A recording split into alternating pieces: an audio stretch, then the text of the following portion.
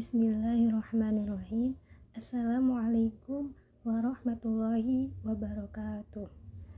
Izinkan saya memperkenalkan diri. Nama saya Siti Ina Rotul Ulia dengan NIM 2212100073, jurusan Pendidikan Agama Islam 4B, UIN Sultan Maulana Hasanuddin, Banten. Baik, di sini saya akan menjelaskan materi tentang pengembangan komponen isi dalam kurikulum.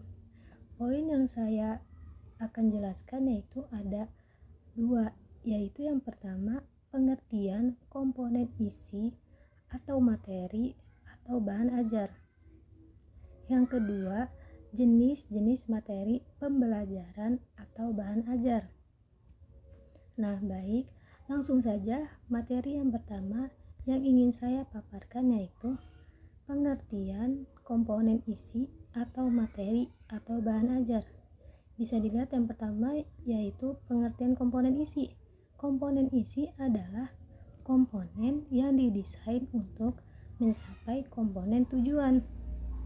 Yang kedua itu ada komponen materi.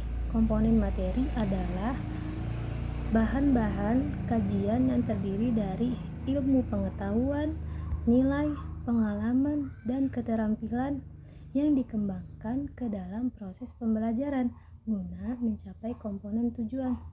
Komponen materi harus dikembangkan untuk mencapai komponen tujuan.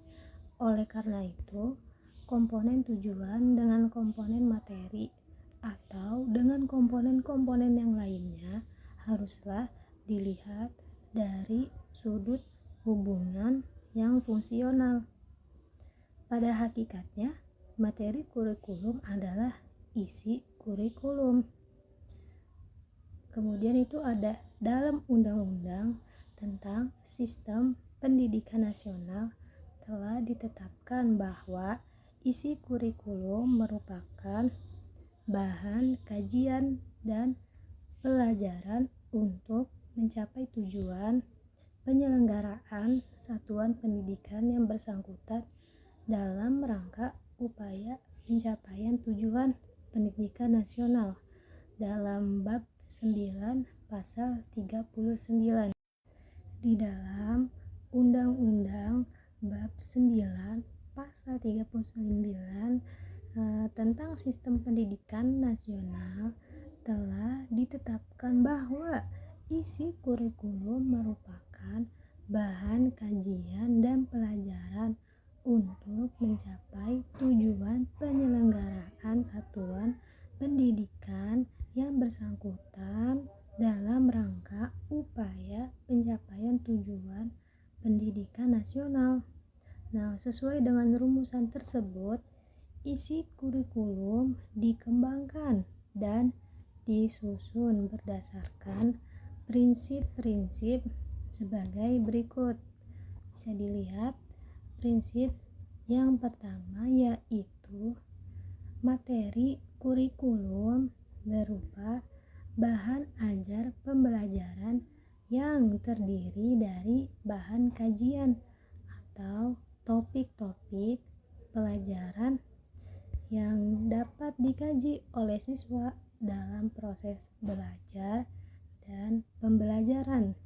Nah, prinsip yang kedua yaitu ada materi kurikulum mengacu pada pencapaian tujuan masing-masing satuan pendidikan. Perbedaannya itu dalam ruang lingkup dan urutan bahan pelajaran disebabkan oleh perbedaan tujuan satuan pendidikan tersebut. Nah, bagaimana prinsip yang ketiga?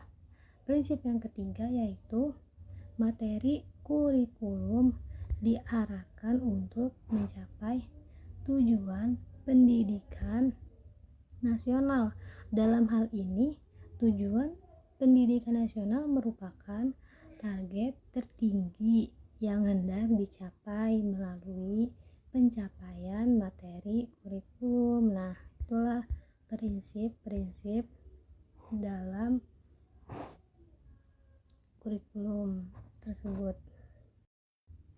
Di sini saya juga akan sedikit menjelaskan materi kurikulum mengandung aspek-aspek tertentu sesuai tujuan kurikulumnya, yang meliputi yang pertama itu ada teori. Apa sih teori itu?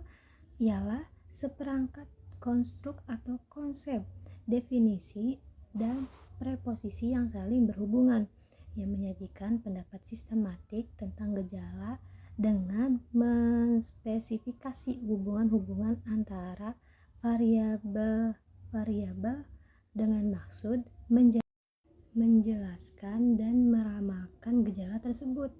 Yang kedua yaitu ada konsep. Konsep ialah suatu abstraksi yang dibentuk oleh generalisasi dan kekhususan-kekhususan. Konsep bisa disebut juga dengan definisi singkat dari sekelompok fakta atau gejala. Yang ketiga yaitu generalisasi.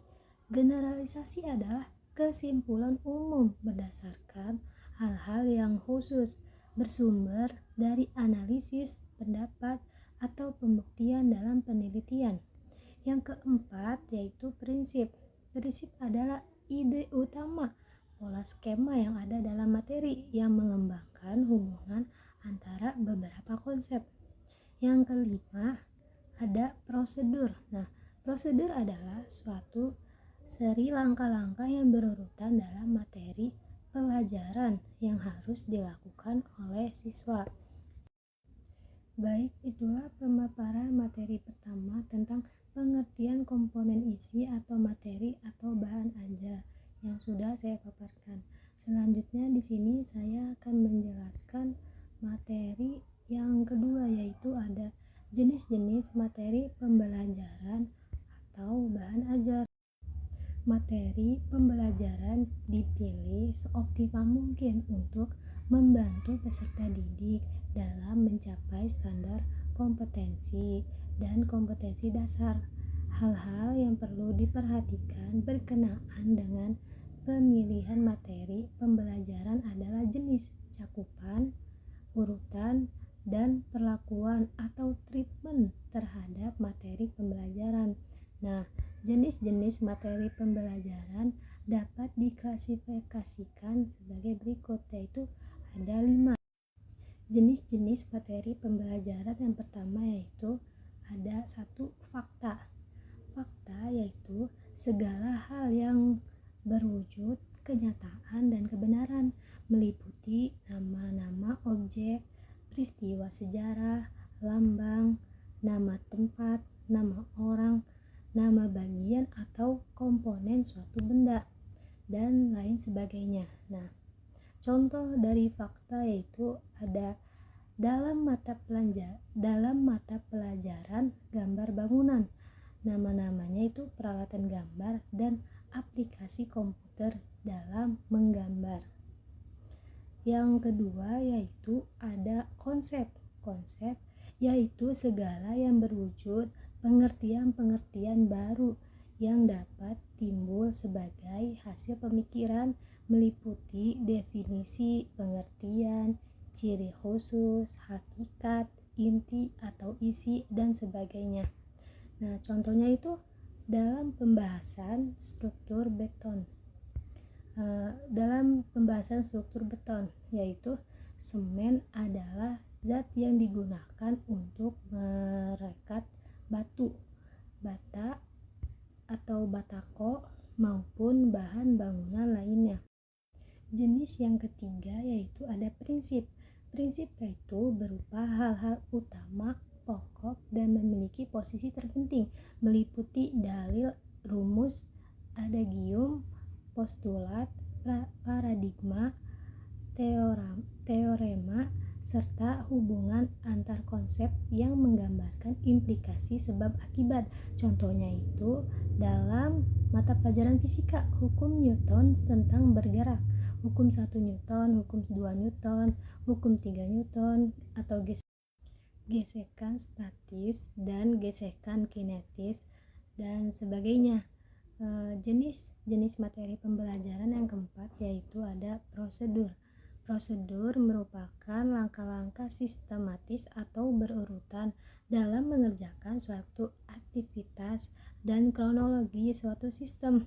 Contohnya yaitu dalam mata pelajaran TIK atau TIK, yaitu langkah-langkah mengakses internet, trik dan strategi penggunaan web browser dan search engine dan sebagainya. Yang kelima yaitu sikap atau nilai, merupakan hasil belajar aspek sikap, misalnya nilai kejujuran, kasih sayang, tolong menolong, semangat dan minat belajar dan bekerja dan lain sebagainya. Contohnya itu dalam mata pelajaran geografi, yaitu pemanfaatan lingkungan hidup dan pembangunan berkelanjutan, yaitu pengertian lingkungan, komponen ekosistem, lingkungan hidup sebagai sumber daya atau pembangunan yang berkelanjutan. Demikian yaitu jenis-jenis materi pembelajaran yang sudah saya jelaskan atau saya paparkan, yaitu ada 5. Yang pertama fakta, yang kedua konsep, yang ketiga prinsip, yang keempat prosedur, dan yang kelima sikap atau nilai. Selanjutnya yaitu ada jenis bahan ajar. Nah, jenis bahan ajar dibedakan atas beberapa kriteria pengelompokan.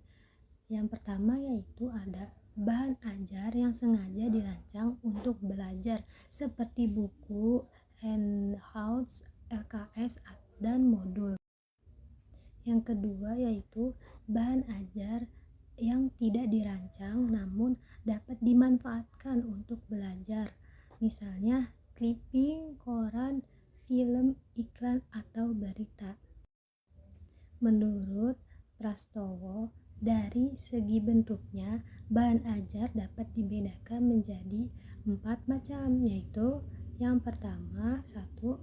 Bahan ajar cetak atau printed atau printnya, yaitu sejumlah bahan yang disiapkan dalam kertas yang dapat berfungsi untuk keperluan pembelajaran atau penyampaian informasi, contohnya handout, buku, modul, lembar kerja siswa, brosur, leaflet, wall chart atau foto, gambar, model, atau maket.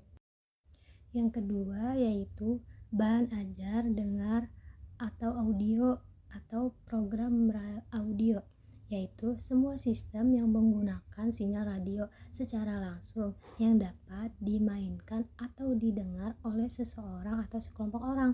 Contohnya itu ada kaset radio, piringan hitam, dan compact disc audio. Yang ketiga, bahan ajar pandang dengar atau audio visual, yaitu segala sesuatu yang memungkinkan sinyal audio dapat dikombinasikan dengan gambar bergerak secara sekuensial, contohnya video, compact disc, dan film.